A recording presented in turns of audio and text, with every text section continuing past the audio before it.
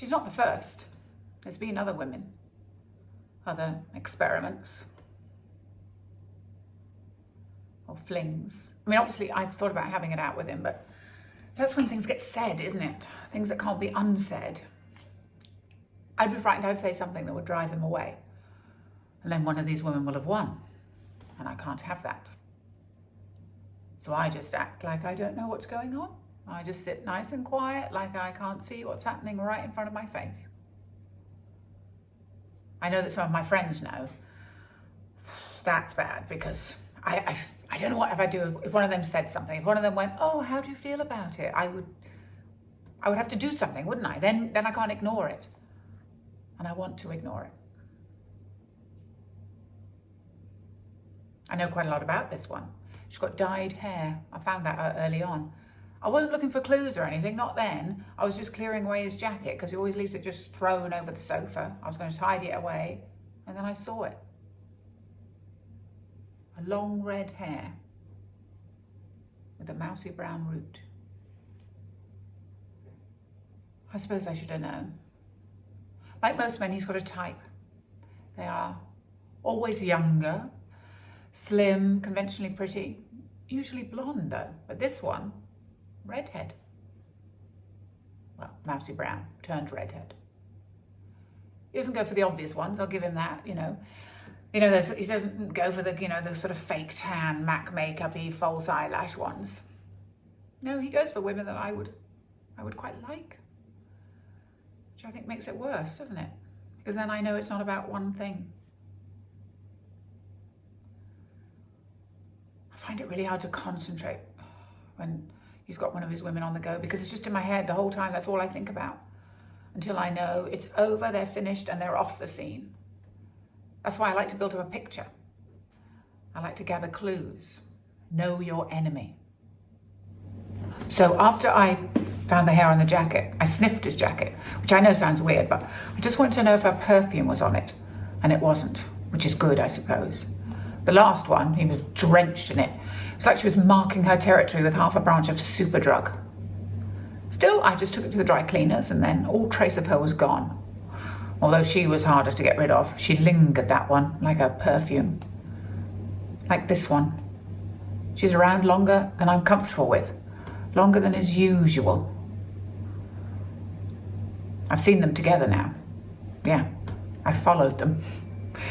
I know, I've got very good at spying over the years. Honest to God, I could follow him around for days and he would never notice. I'm an invisible woman to him now. Yeah, I saw them. I saw the way he looked at her. He looked at her like she was the only woman on the planet. You know that look that says, you're my world, you're all I care about? I know that look. Of course I do, because I was his world once. Seems so long ago now.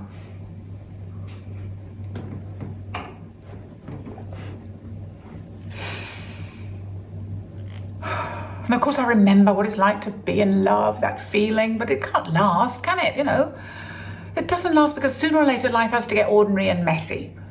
Doesn't matter how young and slim and pretty you are. Eventually there is pots to be washed and ironing to be done. Of course it's nice when it's all cozy drinks and lovely dinners. Easy then, isn't it? It's not so easy when you cook the dinner and he doesn't bother to turn up to eat it. Or he does turn up and he just wolfs it down because he's got one eye on the clock because he can't wait to get away from you and back to her.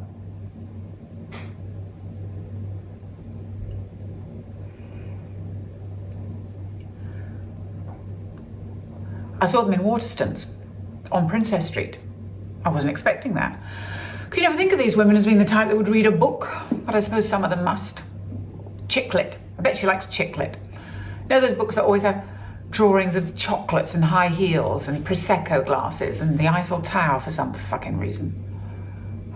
Or maybe Caitlin Moran. Isn't that what they all read now? Caitlin Moran? How to be entitled.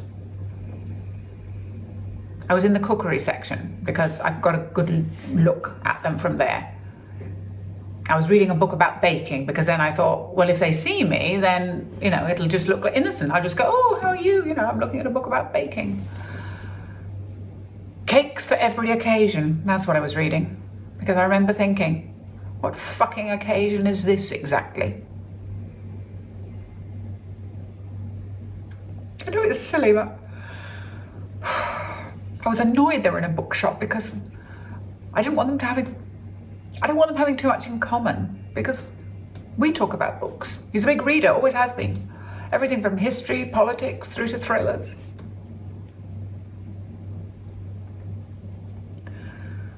I watched them and I thought about going up to talk to them, because I know some people would have done, but I couldn't quite trust myself. I just thought, I don't know how I'm going to behave.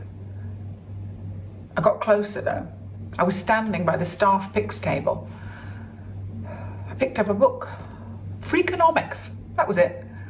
And I wanted to chuck it at her head.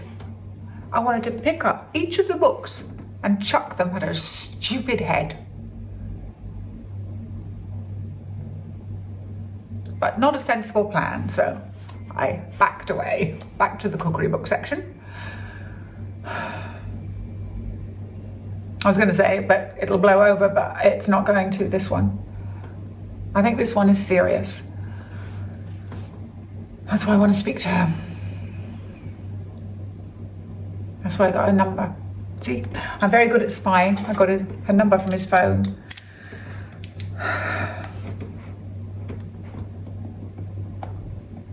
It's her.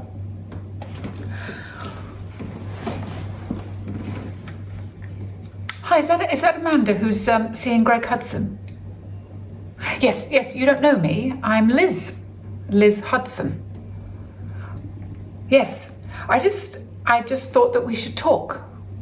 I thought it would be nice, you know, if we were friends, seeing as how it looks like I could be your mother-in-law one day.